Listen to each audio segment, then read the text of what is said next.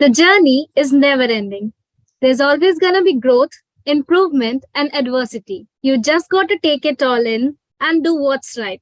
Continue to grow and continue to live in the moment. So, for starting a new chapter of learning, I, Riya Kumari, being your host for today's event, want to extend a warm welcome and good evening to all of you present here. I hope you all are doing amazing. On behalf of whole SEMS family, I welcome you all for today's international webinar on the topic The Power of Emotional Intelligence. And to add our guest of honor and today's speaker, Mr. Vasant Agarwal. It is a great honor to have you, sir, with us. We are very grateful for your presence. Thank you. Same here. Yeah. Also, I see a quite number of people joining us. Before I proceed, let me take a brief moment for the introduction of our organization. This webinar is conducted by SIMS Welfare Foundation, which is a non-profit entity established to work in the areas of education, social welfare, women empowerment, skill development, and entrepreneurship, livelihood generation and employability, health, research, culture, international cooperation, sports, environment protection, or any other similar sectors. We promote healthy lives and strong businesses. It allows the volunteer members to concentrate their energies in an effort on long term goals when freed from day to day details. Emotional intelligence is your ability to understand your emotions and to respond to them effectively to produce their behavior that you want. The good news is, emotional intelligence is a leadership skill that can be learned and enhanced over time. So, here we are gathered together virtually to enhance such skills. Now, let me introduce today's speaker to you all, Mr. Vasant Agarwal, who is a coach in emotional intelligence, who is an author and a speaker. He is the director at Discover My Mind, a life skill platform, and the author of several books, including Parenting with Emotional Intelligence and The Accidental Addict, The Power of Positive Thinking. He is a speaker at international conferences across India, a director in the Indian School Counselor Association, and a senior advisor to the International Training Federation. His work experience includes many years as a senior management consultant with EY in Los Angeles and has business ventures in solar energy and electric vehicles. Thank you. I'm honored and privileged to be a part of this program. Thank you for the introduction. I've lived in America over 40 years. I've come back to India to give back to my country. I found emotional intelligence to be a challenging, intriguing area of study. And so, about 10 years ago, I started my journey. I have thousands of connects on LinkedIn and Facebook interested in what I'm doing. And but the problem we have is the lack of education and awareness on the subject matter in our country.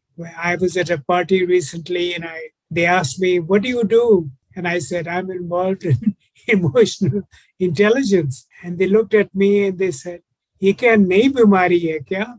I mean, is this some new illness? So the problem that we face is education and awareness. Almost anybody you talk to has no knowledge, no understanding of what we are talking about. So my biggest hurdle is first to get people to know and understand what we are talking about, and then to sell them the value proposition, which is, hey, if you understand this, comprehend it, accept it, then this is how it's going to benefit you, right? So why will somebody kind of accept something that they don't understand to begin with? And that is where the dilemma is where to go. So anyway, uh, I'm happy to be a part of this. I think I'm doing a lot of webinars and training and certification on emotional intelligence. And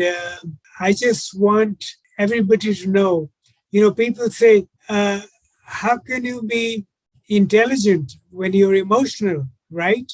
So the two don't go together necessarily. But what they don't understand is that In order to be successful in life, there are four pillars: your health, your career, your family, and your finances. Now, these four pillars are the basis for your well being. Now, believe you me, emotional intelligence plays a part in all four of them. And we must understand how to identify our emotions, how to manage them, how to regulate them, and how to use them for our best results in terms of relationships, in terms of our career.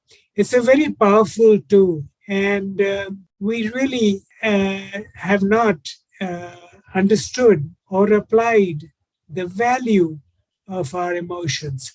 People say, oh, this person is too emotional, so I don't want to deal with them. Wait a minute. Emotions and expressing emotions, there's nothing wrong with it. And that is the only way that we can communicate. Otherwise, we can't get forward in any conversation, in any understanding, in any communication, because we are branded with being emotional. What are emotions? Let me ask you. Emotions are nothing but a feeling that turns into a thought, that becomes an emotion, that then causes you to say or do something, an action, that then results in a reaction. And so we must understand that, and emotions have been used to run, businesses, wars, conflict, relationships throughout our lives, throughout history. So that is a fundamental of our DNA, of our human consciousness. So everything, every day, you will see that you will have emotions. Now, 90% of the emotions are negative. Only 1%, 10% are positive. It takes 10 positive emotions to overcome one negative emotion. Can you believe that? People don't understand. If you look at the newspaper, look at the news, look at the TV, everything is negative. So many people died, so much was destroyed, there was so much harm or crime or whatever. It's all negative. And I don't, you know why? Because human nature revels in the misfortune of others. Oh, so he got killed, he got robbed, this country got invaded. Oh, I'm fine in my own little uh, uh, comfort corner, if you will. And so we cannot progress unless we get rid of negative emotions. It is very crucial in our everyday. Our emotions impact our family, our finances, our careers, our health. Our physical health is based on our emotional health. We do a physical checkup once a year, right? Get your blood test done, but we never do an emotional checkup. How are we doing emotionally? And that is something that we do as part of the program. And I will talk about it later. So it is very important to understand the value proposition for schools, colleges, universities. Most mental health professionals, they have 6-year degrees, PhD, but they've never been trained on emotional intelligence. How can you do counseling? Let me ask you, when you don't know the fundamentals of emotional behavior. Schools and colleges, universities, there are counselors, thousands of them, and they're doing counseling of students for their mental health problems. But they don't know, they've not been trained on emotional intelligence. The UGC, Universities Grants Commission, excuse me, Universities Grants Commission has just mandated throughout India that every school and college, every university must have at least one trained and certified counselor on emotional intelligence. And further, they have mandated that every school, college, university must include emotional intelligence as part of their curriculum. So now, the handwriting is on the wall. And I just pray that the educators, principals follow the directive. For example, what I was suggesting, there's a huge area in human resource. In America, for a job applicant, 30% points are given for EQ assessment and profiling, 30% for experience, 30% for qualifications, and 10% for personality. In India, unfortunately, and it's coming though, employers, HR, have no understanding of the value of emotional intelligence testing and profiling. So it's coming. We're getting there, and I'm happy to be a part of it. Okay, this is basically about me. I've spent many, many years in America. I've come back to India to give back to my country. I'm a graduate of University of California, Los Angeles, and I have a diploma from Cambridge University. And I'm devoting my life on emotional intelligence. So, what is essentially is emotional intelligence? The main ingredient, the main pillar, the main aspect is self awareness. We must know who we are, what we are, why we are here, what are our goals, and essentially, it's also called self assessment. Now, self awareness, self assessment is the first step to spirituality. It's a 6 step process. So, self awareness begins. The second is self management, self control. How do you identify and understand and manage your emotions? The third is empathy and compassion. How do you show that you care for somebody? Empathy is not the same as sympathy. Empathy and compassion are what you do for others, not just talk about it. And finally, is relationship management. How do you relate to other people? How do you say thank you? How do you say I'm sorry? How do you say, how can I help you? And all of this, believe you me, whatever we say and do in life, it has an impact today, tomorrow, a year later. You may not even imagine. You may say something today, but it may come back to haunt you a year later. So this is a quick snapshot. Now, take a few minutes and read this very carefully because these are the questions that we need to ask ourselves. And if we ask these questions, then we will know why we need to understand our emotions and we need to what is known as emotional learning. We most people don't know that our IQ remains constant all our life. It's our our EQ that develops from the time we are born. EI teaches us how to manage our emotions along with that of others. It tells us how to think, not what to think. It allows the mind, not our emotions, to control our actions. It helps simplify thoughts. It is about understanding oneself. It affects the functionality of our IQ, our emotion, our intelligent quotient that is affected by our EQ. And it's the best way to upskill our faculties and it affects our competency. Next slide, please. Yes, Boy, miss. there is so much to talk about. Okay, so here's a quick snapshot. Okay, part of the learning process of emotional intelligence is doing what is known as an EQ profiling and assessment. This is like your emotional Janampatri. We get our physical checkup done, but we never get our emotional checkup done. So that is part of the program that we have is your personal profiling and assessment. EQ profiling and we'll talk about that more later. Okay, and this is what I'll give you a minute just to look at this.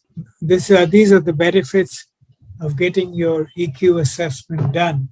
Again, uh, I think, you see, if you have somebody that has a mental health problem, you go to a psychiatrist or psychologist, then you don't want the first answer to be prescription medication.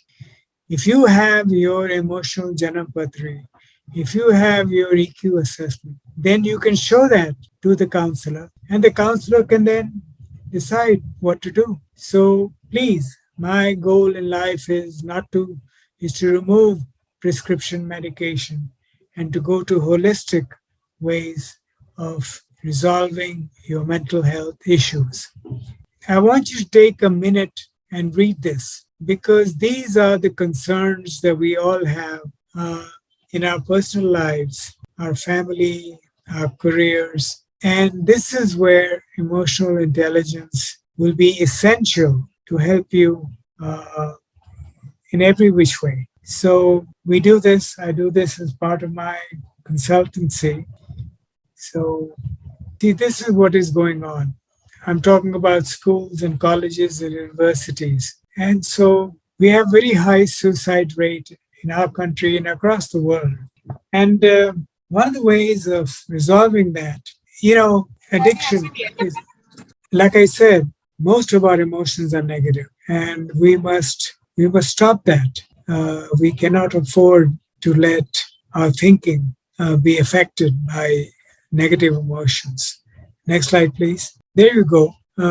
If our emotions are negative, then they have to be suppressed and rejected because there's no room, basically, for us to entertain negative emotions. Yeah, if you're too emotional, then they make you weak. Uh, your health suffers, and your thinking is affected. Your actions are affected. And so it's amazing what emotions can make you do, say, not say. It's think about it. Next, please. There you go. When you are about to make a decision, an important one, whether it's business, finance, your family, your career, or just relationships, if you're emotional, and then that affects your rationality, it affects your thinking, it affects your ability to determine what's right and what's wrong, what's appropriate and what isn't. So, like I said before, the world revolves around emotions. It's amazing how it affects what we do, what we say, and how we react. How do we react to how others react? That's very important. So think about it. Managing, identifying, understanding, and regulating and applying our emotions is so critical to our daily lives. Next slide, please. Like I said before, emotions get in your way. You let them affect your thinking. You let them, distract you from what you need to do, what you should do, what you must do, as opposed to what you go ahead and do because that's the way you feel right now. Our emotions leave a footprint. Whatever we do, whatever we say, whatever happens, there's a footprint. It leaves behind a footprint. You may not think of it that way, but there is a footprint. Something you did, said, is there, recorded in history, in memory, in action, in the hearts of people. And so we think that, oh, I just said this, I just did that, I didn't mean it, oh, it was nothing. That's not true. You cannot get away take, when you let your emotions take charge of what you say and do. It is very important. It is very important to understand this basic tenet because we just think that, oh, it doesn't matter. Oh, they won't mind it. Yes, they do. And you should, because sooner or later, at some point, there will be a repercussion, there will be a reaction, there will be a resultant effect, either today, either in minutes, or the same day, or the same week, or the same month, or in a year, or 5 years later. Excuse me. People don't forget. And so we must be very conscious of how our emotions play a part in our daily lives. This is a very good point. You see, part of our learning in school, in college, even at work and career, part of it is related to our emotions. Our learning is somehow related to what we're thinking, what we're observing, what we are seeing, what we are hearing. So all that, all that is integral to our learning process. I mean, our family, our friends, our wife, our husband, our children, they're all affected by our emotions, And so, and therein lies the learning process. The learning process being behavior management, being career advancement, uh, being knowing how to manage your finances and your health. So it's very important to understand our emotions, identify them, learn from them, manage them, control them, use them. Our emotions impact our personality. Do you know how great an impact our emotional outreach or appearance or behavior is a part of our personality? There is a thing called nonverbal communication. What is nonverbal communication? You can talk to somebody and express everything you want emotionally without even saying a word to the other person. So it's part of the learning and teaching process. Emotions all are part of the learning and teaching process. Decision making, decision making.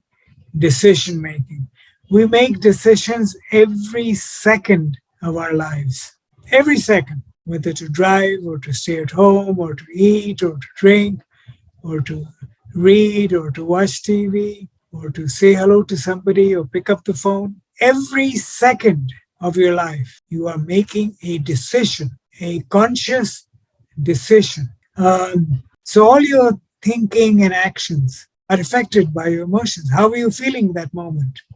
Are you feeling good? Are you feeling bad? Are you feeling, you don't want to talk to anybody? Or do you feel like going out and hugging somebody because something nice happened?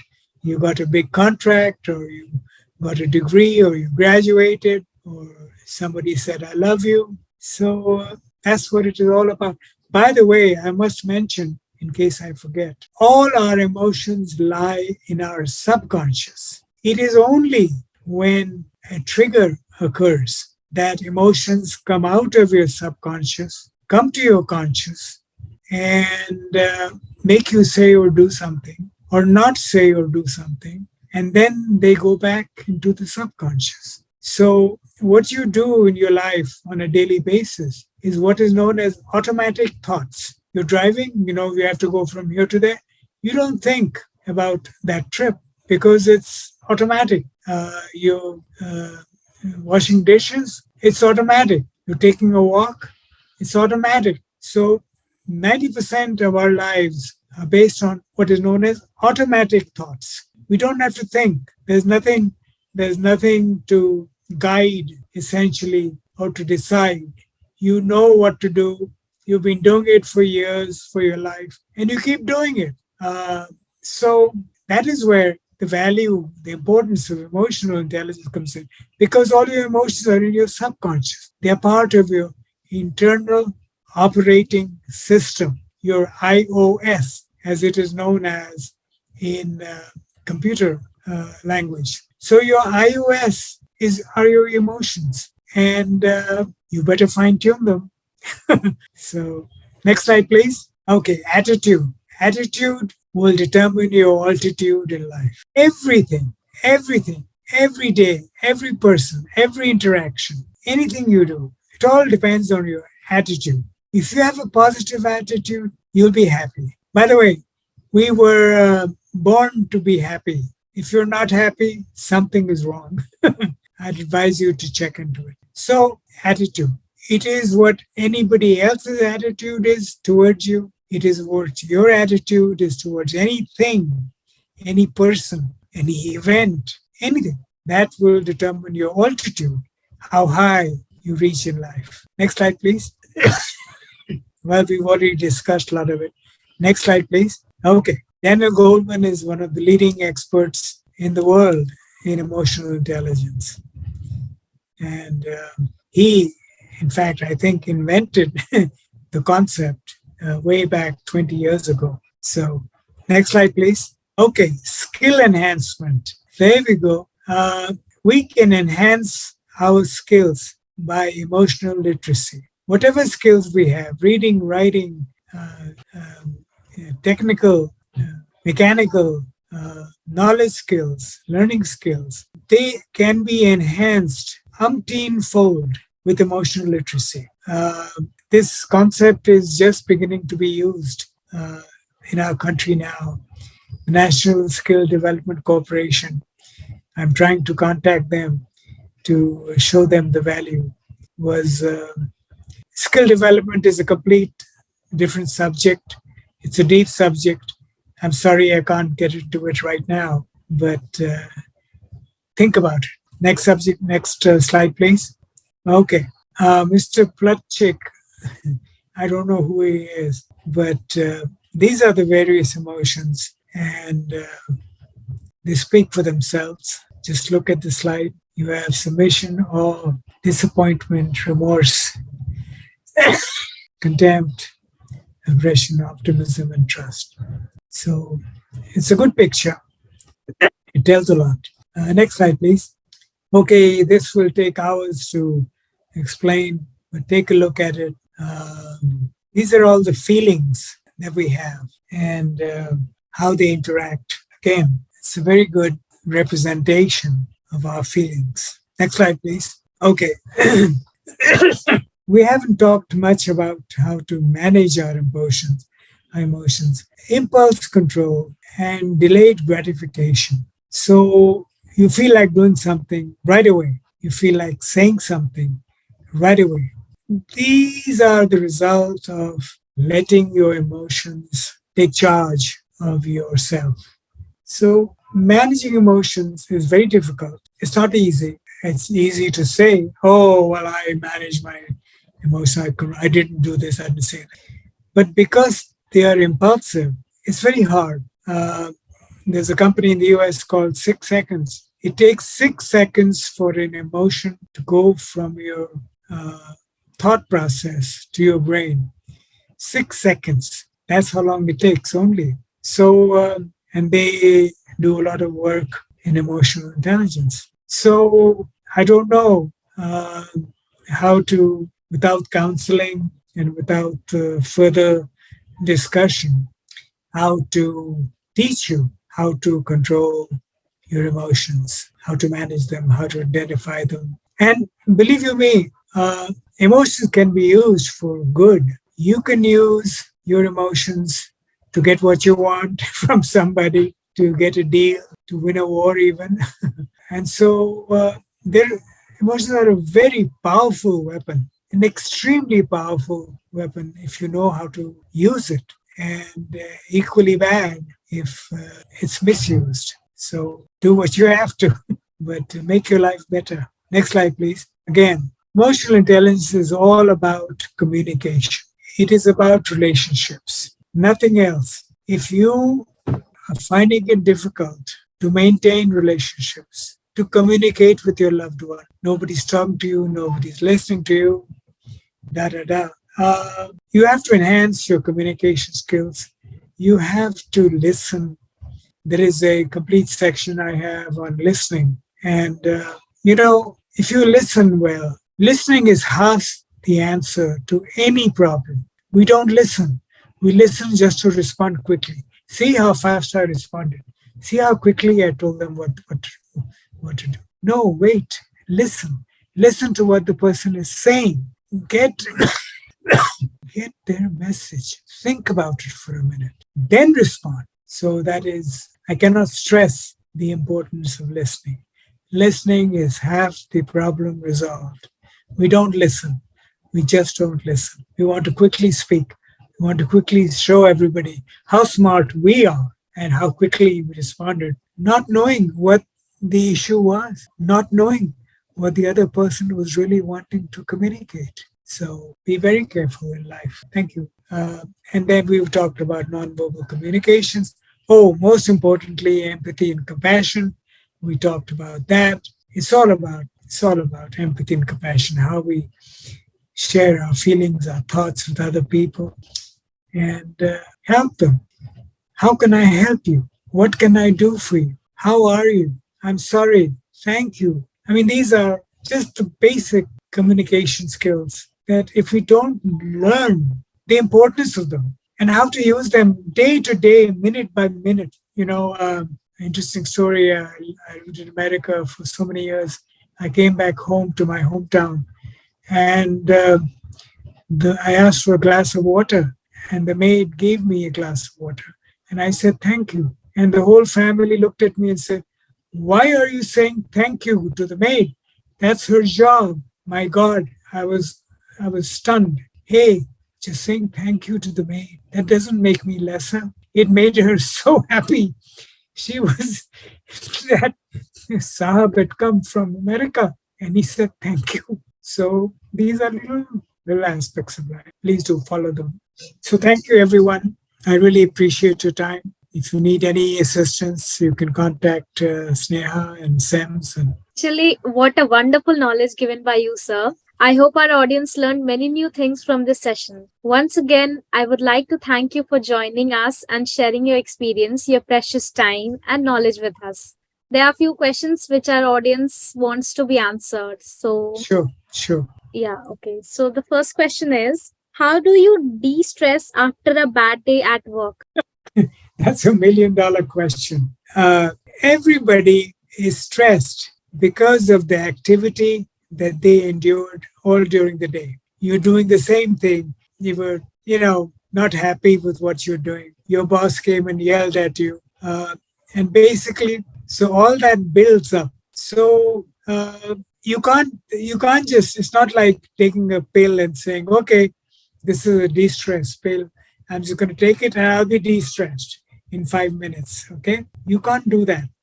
You have to take a deep breath. You have to relax. You have to do something that you like, that you enjoy. Play with the children or with your wife or husband or, you know, talk to someone. Do anything that takes you away from your frame of mind and take a walk. I mean, just go take a walk in the park and, feed some ducks or whatever. So do any activity that you like, that pleases you, that you enjoy, that you can do at that time. Even go to sleep. Hey, I mean, if that's what de-stresses you, then go to sleep. Listen to the music. Listen to the music. Yeah, Yoga, there meditation. you go. There you go. Listen to music. Hey, there can be nothing better than that. Can dance. Okay, what else? You can talk with a friend, meet your friend, or have a chit chat with him. Whatever, go make something you like to eat. I mean, go make a sandwich. I mean, Thank you, sir, for answering this question. That was a very good piece of advice. So, sir, the next question is, how do you recover from your failure? oh wow. That's a very difficult question because it depends on the failure. A failure could mean that you, as a student, you missed a grade. A failure could mean that you didn't get the raise in the job. A failure could mean so many things. So you have to first define what is failure. Failure can be from something very minor to something very big. I mean, for example, you may have failed a major surgery. You were ill with something, you underwent surgery, and the surgery was not successful. Now that's a major failure, right? That was not in your control. So the question is not fair in the sense that you have to tell me the nature of the problem, the nature of the failure. That is where counseling comes in. That's where, people, it could be a marriage that could be a failure. It could be a relationship. You love somebody and then they dumped you or whatever. So, so how do I answer that question? I can't. I won't. It's okay, sir. So, our next question is, emotional intelligence is the ability to make your emotions work for you instead of against you. Do you Correct. agree with this view? Oh yes, absolutely, absolutely. If you can make your emotions work for you instead of letting negative emotions impact what you're doing, saying, negative emotion, you said something, you yelled at somebody, you didn't do what you were supposed to do. So Oh, yes. Positive emotions properly utilized, properly applied. Oh, you can win wars. You can win win the boardroom in a company. Yeah. So, sir, the next question is, how do you respond when a coworker challenges you? No, that is a slow worker challenging you. Hey, there has to be some basis. They can't be just challenging you for no reason. So first we have to understand, and you term them as the slow worker. Maybe they term you as the slow worker. So this is all that goes on in a work environment. People accusing everybody else for not doing their fair share of the job and all that. It's very complex. You have to understand what really is going on, and it's hard to answer. Thank you, sir, for answering Sir, these questions. It was very effective for our audience. sir, You're I'm more having a than doubt. you're most welcome. May I? Yeah, Yes, you yes. can. Yeah. Sir, how to control, like if a few people are trying their level best to, toxic people are trying their level best to deviate you from your positive thoughts, and 24 by 7 they are focusing to divert you in a negative mode or negative thoughts, and they are diverting from your ambitions or what you call your good things, good emotions. How to control the overthinking all the time? No, it's not overthinking. You're letting them manage your life.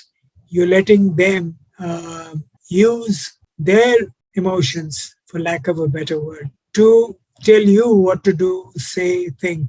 You can't let that happen. You see, these are toxic people. There's a term in our business called toxicity. These are toxic people. Stay away from them. Don't deal with them. Don't talk to them. If they don't have anything positive to say, you don't need them unless they pay you money.